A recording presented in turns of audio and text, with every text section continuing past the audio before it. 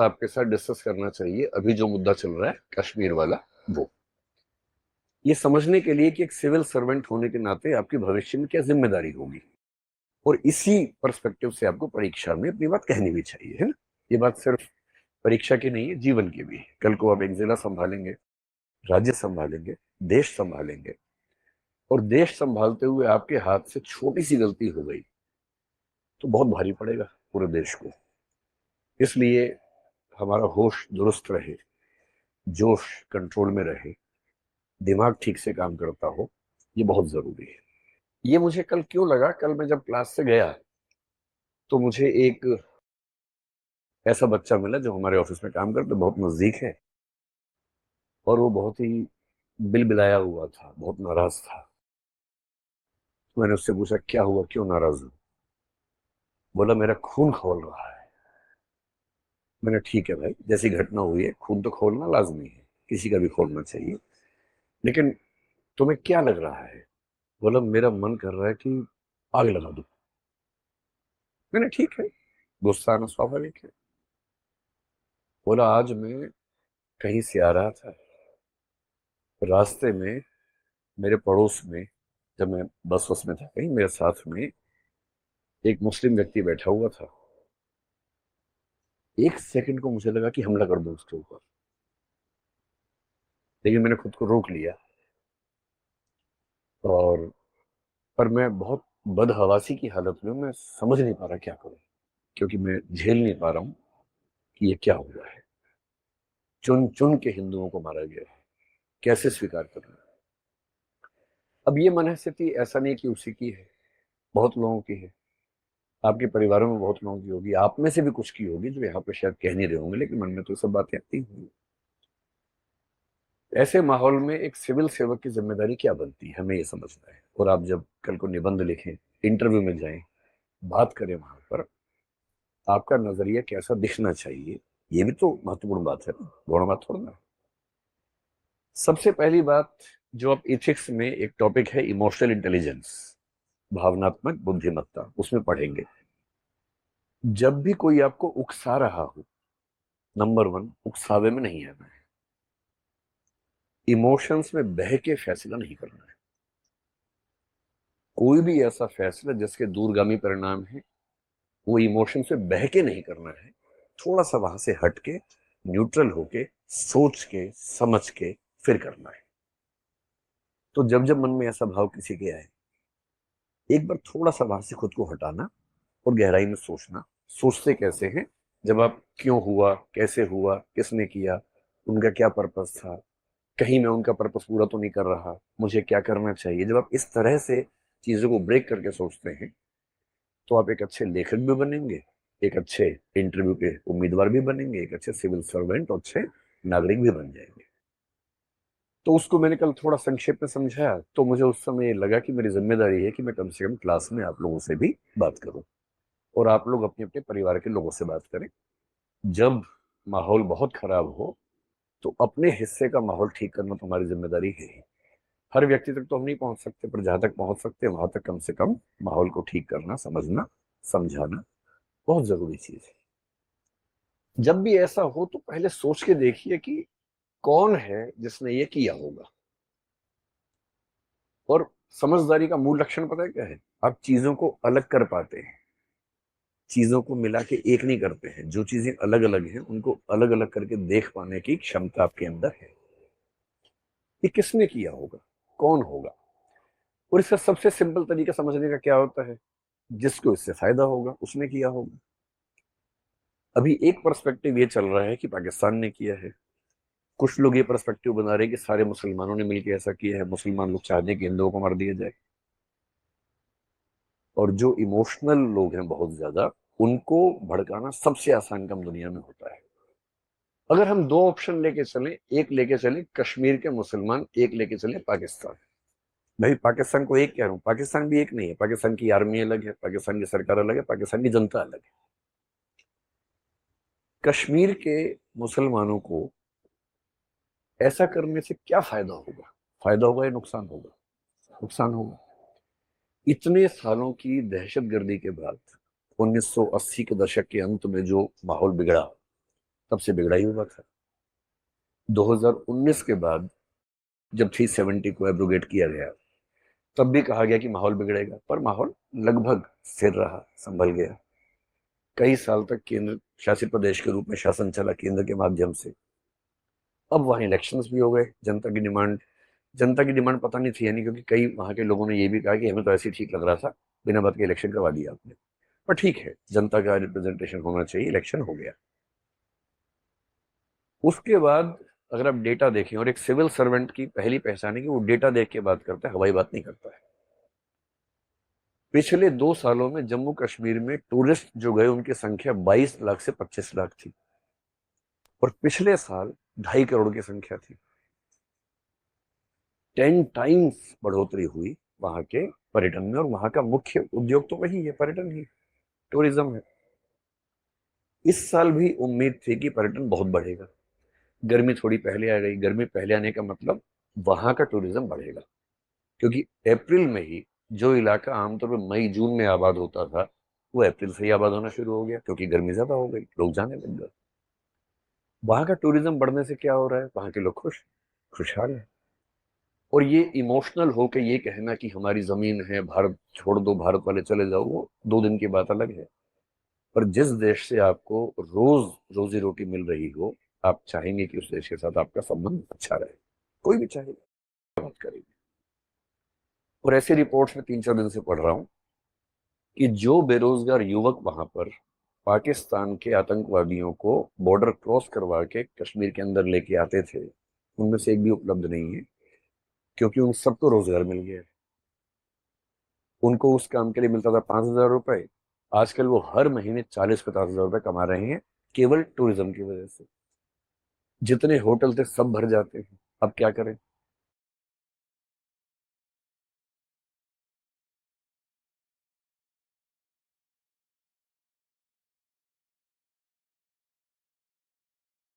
लौटाएं कैसे? तो वहां के लोगों ने अपने घरों में एक एक कमरा निकाल दिया टूरिज्म के लिए, गांवों तक में निकाल दिया, कि सस्ते में हो जाएगा, थोड़ा दूर जाके रहेंगे गांव में, घर के अंदर लोग रखते हैं कि टूरिज्म का डेवलपमेंट होता रहे। और जिस चीज से पूरे राज्य की इकोनॉमी चल रही है, कोई अपने पेट पे लात क्यों मारे? इस बात से दिक्कत किसको हो सकती है? कश्मीरी मुसलमानों को दिक्कत है नहीं। ये हो सकता है कि उनमें से कुछ लोग किसी के बहकावे में आए होंगे, ये हो सकता है, क्योंकि लोकल सपोर्ट के बिना इतना बड़ा हमला नहीं हो सकता है, ये बात भी सही है। लेकिन जनरली वहां का समुदाय क्यों चाहेगा कि 2.5 करोड़ टूरिस्ट जो आ रहे हैं, इस बार उम्मीद 3 करोड़ की वो कर रहे हैं। अब तो पिछले 2 दिन से जो हालत है वहां पर, कि जो पहलगाम स्विट्जरलैंड था, वो बन गया घोस्ट सिटी जैसा, पूरे शहर में कोई नजर नहीं आ रहा। ये कौन चाहेगा? तो मेरी पहली बात है, समझने का तरीका ये है कि कश्मीर का सामान्य मुसलमान, 2-4 अपवादों की बात मैं नहीं कर रहा हूं जो लोकल सपोर्ट कर रहे होंगे, सामान्य मुसलमान ये नहीं चाहता होगा, क्योंकि उसका तो रोजगार बढ़ रहा है, आय बढ़ रही है, वो ऐसा क्यों चाहेगा? तो कौन चाह सकता है? इतना दुरुस्त हमला है, इतनी तैयारी के साथ हमला है, कोई रैंडम व्यक्ति नहीं कर सकता। कोई व्यक्ति रैंडमली जाए मार दे? भाई, जिनके सिर पे कैमरे लगे हुए हैं और जो लाइव टेलीकास्ट कर रहे हैं, उसको एडिट कर रहे हैं ऑन द स्पॉट और भेज रहे हैं अपने आकाओं को, और जो इतनी बड़ी बड़ी भारी भारी बंदूकें आराम से संभाल पा रहे हैं, जो किसी से पूछ रहे हैं तुम्हारा धर्म कौन सा, हिंदू, सीधे मार दिए सिर पे।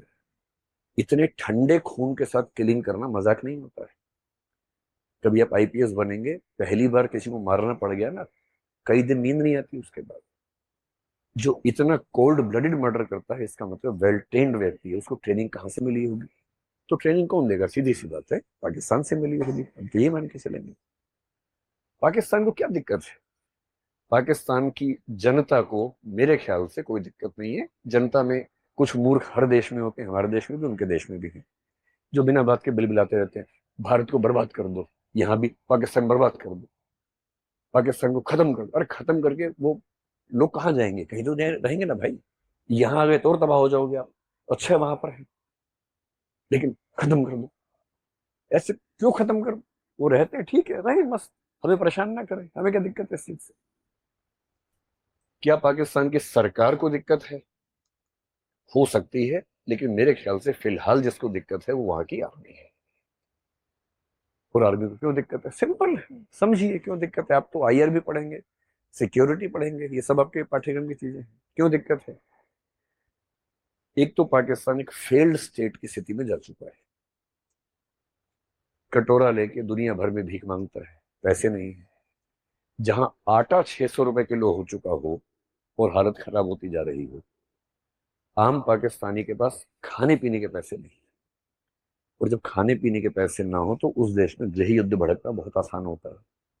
सिविल वॉर न भड़के तो लोगों को इमोशनली फूल बनाना बहुत जरूरी होता है। तो जब जब किसी देश में जनता परेशान होती है, शासकों की कोशिश होती है कि किसी मामले में उलझा दो। और जब भी युद्ध का मौसम बने, हो सकता है कि किसी देश में इलेक्शन होने वाले हो। एक शायर ने बड़ी खूब पंक्ति कही है, सुनिए आपने पंक्ति वो वाली। तो उन्होंने कहा, सरहदों पर तनाव है, पता करो क्या देश में चुनाव है। क्योंकि लोगों को इमोशनल बना देंगे, चुनाव होगा, उसका फायदा मिल जाएगा। इस समय पाकिस्तान की सरकार क्राइसिस में है, तो पाकिस्तान की सरकार को चुनाव हो या ना हो जनता का ध्यान भटकाने की जरूरत है, इसलिए वैसा कर सकते हैं। फिर कुछ दिन पहले वहां पर एक घटना हुई बलूचिस्तान को लेकर। पाकिस्तान पेट से है, बलूचिस्तान कभी भी हो सकता है। बधाई हो, बलूचिस्तान हुआ है। ये खबर ये बात बात ताली बजाने के लिए है। रियल सिचुएशन ऐसी वहां पर इस समय चल रही है। 2-3 बच्चे होने की उम्मीद है। इधर इधर इधर सिंध ओवर ड्यू है, कभी भी खबर आ सकती है। तो लेकिन ये खबर जल्दी आने वाली है। ये प्री मैच्योर बेबी है, थोड़ा जल्दी 7-7.5 महीने में लगता है कि ऐसा होता है। कभी कभी प्रकृति के अपने उसूल होते हैं। अब उनको लग रहा है कि सोचो, किसी देश के अंदर ट्रेन हाईजैक हो गई। बस भाई, फ्लाइट फिर भी समझ में आता है कि फ्लाइट में 2 लोग चढ़े लेके चले गए। ट्रेन तो जमीन पे है, इतनी लंबी है। ट्रेन हाईजैक हो गई, कितने लोगों को मार दिया, सेना कितने लोगों को मार दिया। पूरी दुनिया भर में थू थू हो रही है कि आपसे अपने देश में ट्रेन नहीं संभल रही है। आपके देश का एक बहुत बड़ा प्रांत इतना नाराज है कि आपके देश की ट्रेन पे कब्जा कर लेता है। उनको बलूचिस्तान के मामले को दबाना है, शांत करना है। और शांत करने का तरीका क्या है? कुछ और भड़का दो मामला, उससे लोगों का दिमाग वहां से हट जाता है। तो एक तो गरीबी, ऊपर से बलूचिस्तान, और तीसरा एक शख्स वहां बहुत परेशान है, उसका नाम है असीम मुनीर। वो वहां के सेनाध्यक्ष है, चीफ ऑफ आर्मी स्टाफ है। अगर उनकी बैकग्राउंड थोड़ी सी आपको पता हो, भारत से गए थे जब, मतलब भारत और पाकिस्तान बटे थे, उस समय भारत से उनका परिवार गया था पंजाब से। पंजाब के मुसलमान जो होते हैं, पंजाबी मुसलमान, उस बैकग्राउंड से हैं। इमरान खान के दौर में उनके नजदीकी थे, आईएसआई के चीफ बनाए गए थे। आईएसआई का बेसिक काम है भारत को परेशान करना, उसके चीफ थे। फिर इन्होंने कुछ ऐसी बड़ी मिस्टेक कर दी कि उसके बाद इनको पनिशमेंट पोस्टिंग देके बहुत खराब पोस्टिंग में भेज दिया गया। अब जैसे इमरान खान की सत्ता पलटी, नवाज शरीफ के भाई है, तो नवाज शरीफ के निर्देश पे कहते हैं कि उनको पाकिस्तान का सेनाध्यक्ष रिटायरमेंट से 2 दिन पहले बनाया गया, एक्सटेंशन देके। और इसलिए बनाया गया कि इमरान खान के दुश्मन नंबर 1 है इस समय। इमरान खान और उनके समर्थक इस समय पाकिस्तान की नाक में दम किए हुए हैं लगातार। बात बात पे राजधानी घेर लेते हैं, और ऐसा लगता है कि राजधानी कब्जे में है इमरान खान के लोगों के। तो इमरान खान फैक्टर को दबाने के लिए सेना का प्रमुख ये व्यक्ति बना है। और इसके मन में एक परेशानी हमेशा से भारत को लेके, इसने कुछ दिन पहले ऐसी एक स्पीच दी भी थी जिसमें भारत के हिंदुओं को अटैक किया कि हिंदू लोग हमसे अलग हैं, हम एकदम अलग हैं, हम एक हो ही नहीं सकते हैं, इस तरह की बातें की। जो एक हिंट अपने आप में था कि कुछ तो पक रहा है। और इनको ये समझ में आ रहा है कि अगर युद्ध होते रहेंगे तो आर्मी का महत्व रहेगा, युद्ध नहीं होंगे तो आर्मी का महत्व खत्म हो जाएगा। कश्मीर से लोकल सपोर्ट जीरो हो चुकी है। और धर्म का मुद्दा, कि धर्म के नाम पे राज्य अलग होगा, देश अलग होगा, लोग नहीं करना चाह रहे। लोग शांत हैं, उनको रोजी रोटी मिल रही है, उनकी लोकप्रिय सरकार का इलेक्शन भी वहां पर हो चुका है। तो लोग क्यों आंदोलन करेंगे, क्यों क्रांति करेंगे भाई? और इसलिए आप पहली बार देखेंगे इस हादसे के बाद कश्मीर के मुसलमानों ने बहुत सारे मोर्चे खोल के विरोध किया। दिल्ली के जामा मस्जिद के शाही इमाम ने विरोध किया। और जो ऐसी पार्टियां भारत में जिनको लेके लोग कहते हैं कि वो एकदम प्रो मुसलमान है, एंटी हिंदू है, वो वैसी साहब हो, खुल के समर्थन किया भारत सरकार का कि हम देश के साथ हैं। देश का हर मुसलमान संगठन इस समय खुल के वोकली देश के साथ खड़ा हुआ है। ये वो बार बार कह रहे हैं कि उनको कहना जरूरी भी है, उन पर शक है, उनका कहना लाजमी है, और कह भी रहे हैं, खुल के कह रहे हैं। इतना होने के बाद भी यदि हम आपस में नफरतें बढ़ा लेंगे तो इसका मतलब हमसे बड़ा कोई मूर्ख नहीं। उनकी साजिश ये है कि ऐसी कुछ घटनाएं कर दो कि कश्मीर के अंदर फिर से हिंदू मुसलमान इतना हो जाए कि कश्मीर की जो डेवलपमेंट थी, जो कश्मीर के लोग हिंदुस्तान का हिस्सा मन से बन रहे थे, वो ना बन पाए। फिर पटरी से उतर जाए सारा प्रोसेस, जो इतनी मुश्किल से पटरी पे आया है, सारा उतर जाए पटरी से। हमारे देश की देखिए सबसे खूबसूरत बात क्या है, कहते हैं कि भारत में भी इस समय सांप्रदायिकता ज्यादा है। मैं खुद इस बात से सहमत हूं कि हाँ, इस समय माहौल में पहले की तुलना में थोड़ा सा दबाव ज्यादा रहता है। पर एक बात पे जो गर्व करना चाहिए वो ये है, आप इमेजिन कीजिए कि पाकिस्तान या बांग्लादेश में वहां के माइनॉरिटीज ने वहां की मेजोरिटी के 25 लोगों को मारा होता, तो पूरे देश में क्या हाल होता। हमारे देश की सबसे बड़ी उपलब्धि ये है, 3 से 4 दिन इस घटना को हो गए, पूरे देश में एक जगह भी दंगा नहीं हुआ है। किसी देश की मेजोरिटी के 27 लोगों को मारा जाए, 25 लोगों को मारा जाए, बेरहमी से मारा जाए, और पूरे देश में एक भी दंगा फसाद ना हो, इसका मतलब है कि वो देश अपनी मूल प्रकृति में हिंसक नहीं है, मूल प्रकृति में चीजों को समझता है, समझदार है। और सबका गुस्सा कुल मिला के पाकिस्तान को लेके है, न कि भारत के लोगों के बीच की खाई की तरफ है। अब ऐसे मामले में सॉल्यूशन क्या है? अगर कोई आपसे पूछे कि ऐसी स्थिति में अगर आप होते समाधान करने वाले, सॉल्यूशन करने वाले, तो आप क्या करते? अगर हमने कश्मीर का बाइकआउट कर दिया, टूरिज्म खत्म कर दिया, तो जीत हमारी हुई या उनकी हुई? तो उनकी जीत हो गई। इसे सही समाधान क्या है? कश्मीर में जहां जहां टूरिज्म होता है वहां वहां सिक्योरिटी इतनी कायदे से बढ़ाई जाए, और टूरिज्म 2.5 करोड़ की जगह बढ़ के 3-4 करोड़ हो जाए, ताकि कश्मीर के जो थोड़े बहुत बच्चे अभी भी दुविधा में हैं, उनकी दुविधा भी स्थायी रूप से खत्म हो। इसलिए कश्मीर का टूरिज्म खत्म करने का मतलब है कि आप उनके शिकार हो गए, आप उनके झांसे में आ गए, आपने वो काम कर दिया जो वो चाह रहे थे। ये नहीं करना है। वो दूसरा क्या चाह रहे हैं कि भारत के मुसलमानों को इनसिक्योरिटी हो जाए, उनको लगे हिंदू ऐसे हैं, हिंदुओं को इनसिक्योरिटी मुसलमानों से हो जाए। जिस मामले में हमारे देश ने एकदम ठीक स्टेप लिया, पिछले 3-4 दिन में एक भी ऐसी घटना नहीं हुई